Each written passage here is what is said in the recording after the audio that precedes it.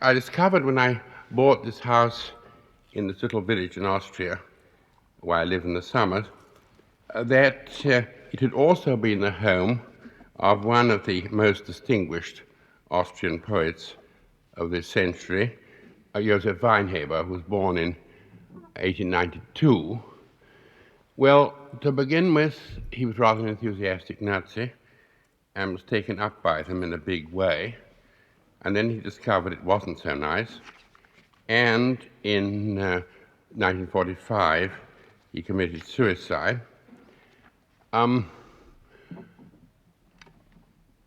There's another person mentioned in this poem, who is Franz Jägerstätter, who was a simple, pious Catholic peasant who decided he couldn't fight for the Aryan state. He was absolutely alone. His confessor, his bishop, everybody said it wasn't his business to think about politics but look after his family.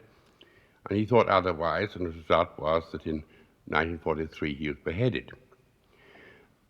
There are three German quotations in this poem, all from Weinheber. The first is in Viennese dialect, in Rohrlassen, which means leave us alone, which is what Weinheber said to Goebbels when Goebbels asked what he could do for the culture of Austria. And the other are quotations from poems by Weinheber.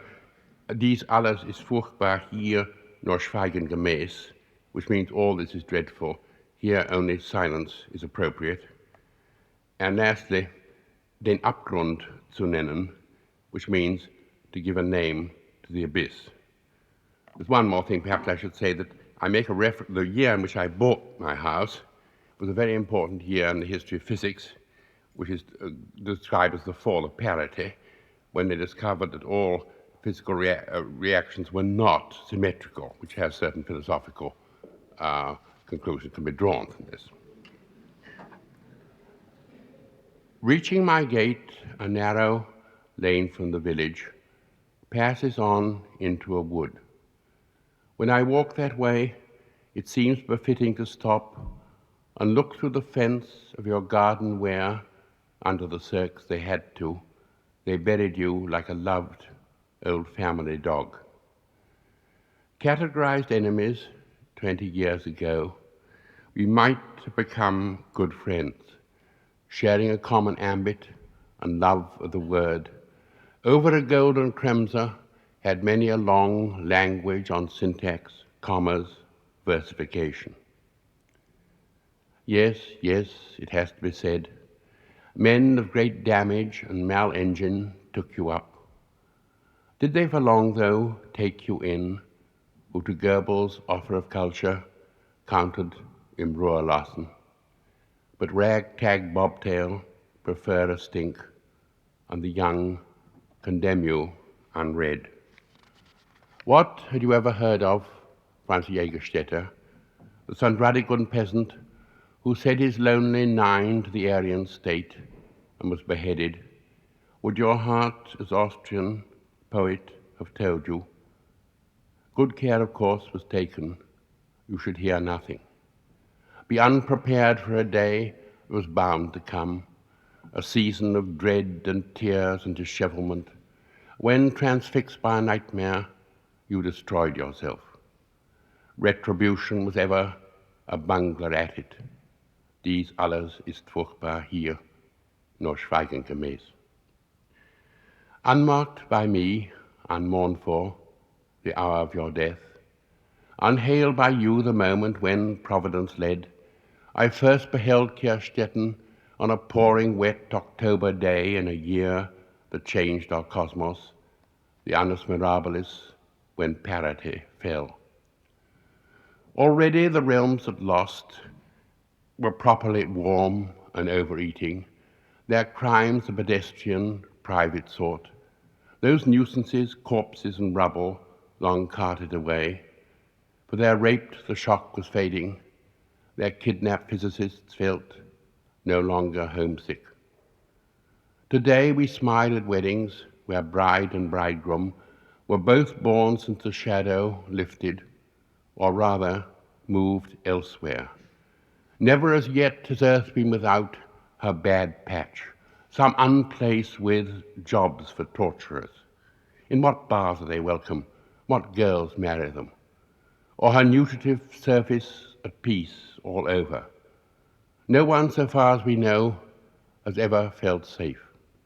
And so in secret regions, good family men keep eye devoted as monks on apparatus inside which harmless matter turns homicidal. Here, though, I feel as at home as you did. The same short-lived creatures re-utter the same carefree songs, and orchards cling to the regime they know, from April's rapid augment of colour till boisterous fall, when at each stammering gust apples thump the ground. Looking across our valley, where hidden from view, Sicklebuck tottles westward to join the Pershling, humanely modest in scale and mild in contour, conscious of grander neighbours to bow to, mountains soaring behind me, ahead a noble river. I would respect you also, neighbour and colleague, for even my English ear gets in your German the workmanship on the note of one who is graced to hear the viols playing on the impaled green, committed thereafter den Abgrund zu nennen. Then this is a poem based on an article that came out in January in the Scientific American. It's called A New Year's Greeting. On this day tradition allots to taking stock of our lives, my greetings to all of you, yeasts, bacteria, viruses, aerobics or anaerobics. A very happy new year to all for whom my ectoderm is as Middle Earth to me. For creatures your size, I offer a free choice of habitat. So settle yourselves in the zone that suits you best, in the pools of my pores or the tropical forest of armpit or crotch, in the desert of my forearms or the cool woods of my scalp. Build colonies. I will supply adequate warmth and moisture, the lipids and sebum you need, on condition you never do me annoy with your presence, but behave as good guests should, not rioting into acne or athlete's foot or a boil. Does my inner weather affect the surfaces where you live? Do unpredictable changes record my rocketing plunge from fairs when the mind is in tift and relevant thoughts occur, to fouls when nothing will happen and no one calls and it rains?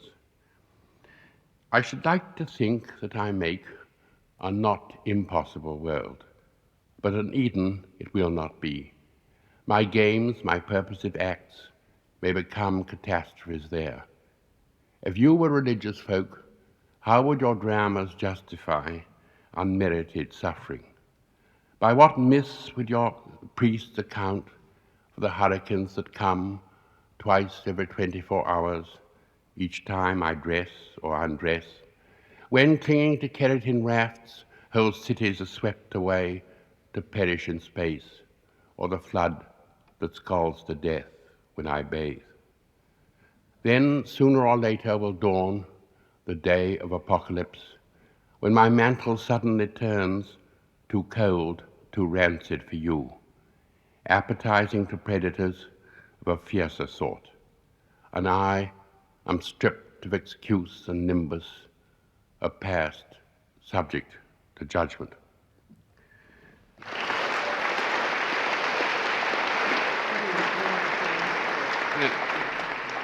I conclude with two rather unpleasant songs. The first is called Song of the Ogres. Little fellow, you're amusing. Stop before you end by losing your shirt. Run along to Mother Gus. Those who interfere with us get hurt. Honest virtue, old wives prattle, always wins the final battle. Dear, dear, life's exactly what it looks. Love may triumph in the books, not here. We are not joking, we assure you. Those who rode this way before you died hard. What? Still spoiling for a fight?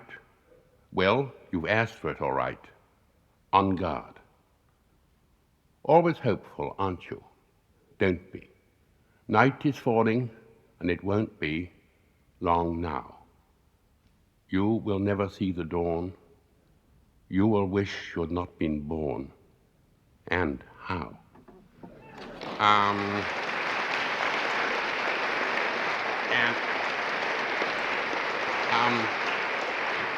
The second one is a song of the devil. Ever since observation taught me temptation is a matter of timing, I've tried to clothe my fiction in up-to-date diction, the contemporary jargon of pride. I can recall when to win the more obstinate round, the best bet was to say to them, sin the more, but grace may abound. Since social psychology replaced theology, the process goes twice as quick.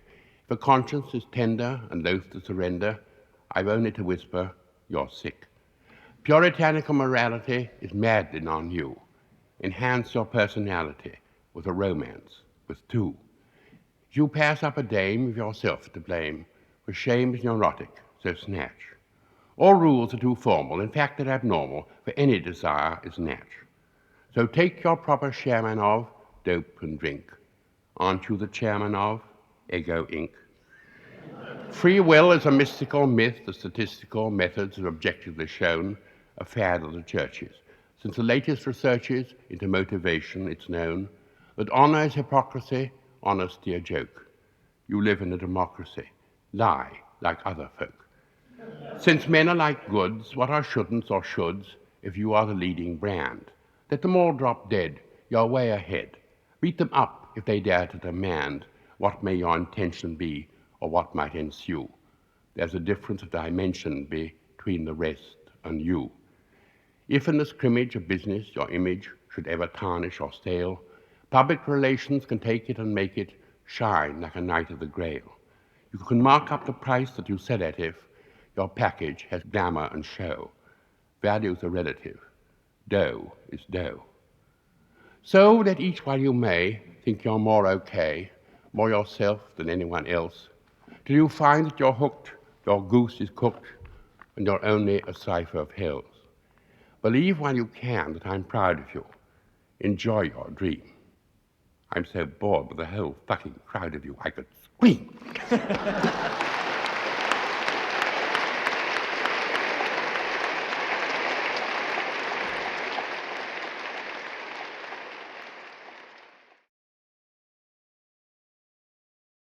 Then this is a geological poem called River Profile, which has an epigraph from Novalis, which says, our body is a moulded river.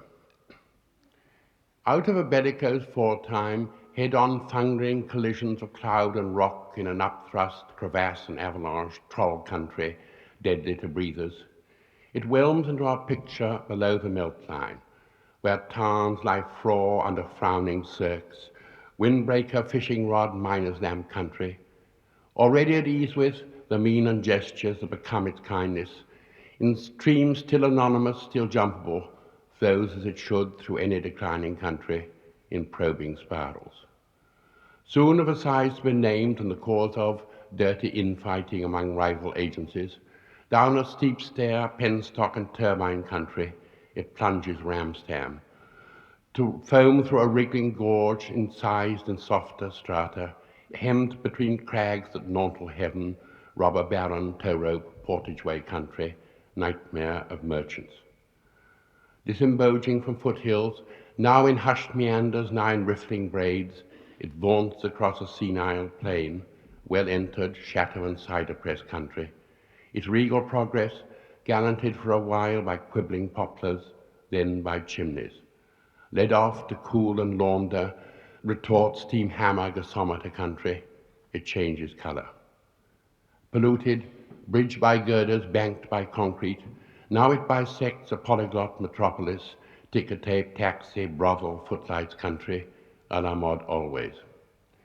Broadening or burrowing to the moon's phases, turbid with pulverized waste mantle, on through flatter, duller, hotter cotton gin country, its cowers approaching the tidal mask where it puts off majesty, disintegrates, and through swamps of a delta, punting pole, fouling peace, oyster tongues country, wearies to its final act of effacement, atonement, in one huge and amorphous aggregate, no cuddled, attractive child ever dreams of, non-country, image of death as a spherical dewdrop of life.